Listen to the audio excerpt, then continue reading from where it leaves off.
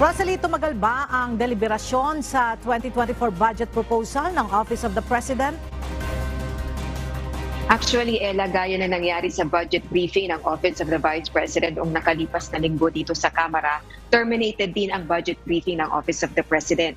Kaya dahil dito, hindi na nagtanong ang mga mambabatas kaugnay ng panukalang pondo ng tanggapan ng Presidente para sa 2024. Nagkakahalaga nga ang 2024 budget proposal ng Office of the President o OP ng 10.7 billion pesos.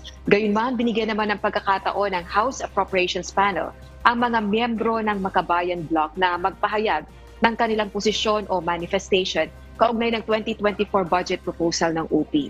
Kwinestyon ni ACT Teachers Party List Representative Franz Castro ang confidential intelligence funds ng OP at maging ng Office of the Vice President sa gitna ng mataas na presyo ng mga bilihin sa bansa, gaya ng bigas, gulay at iba pang basic commodities. Samantalang si Gabriela Party List Representative Arlene Rosas, iginiit na dapat aksyonan ang pagtaas ng presyo ng mga bilihin.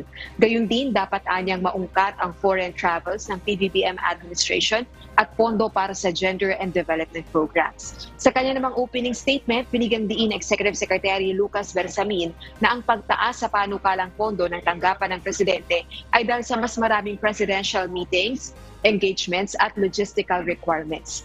Ito ay upang maayos din anyang matupad ng Presidente ang tungkulin nito bilang punong ehekutibo, Chief Architect ng Foreign Policy at Commander-in-Chief ng Armed Forces of the Philippines o AFP.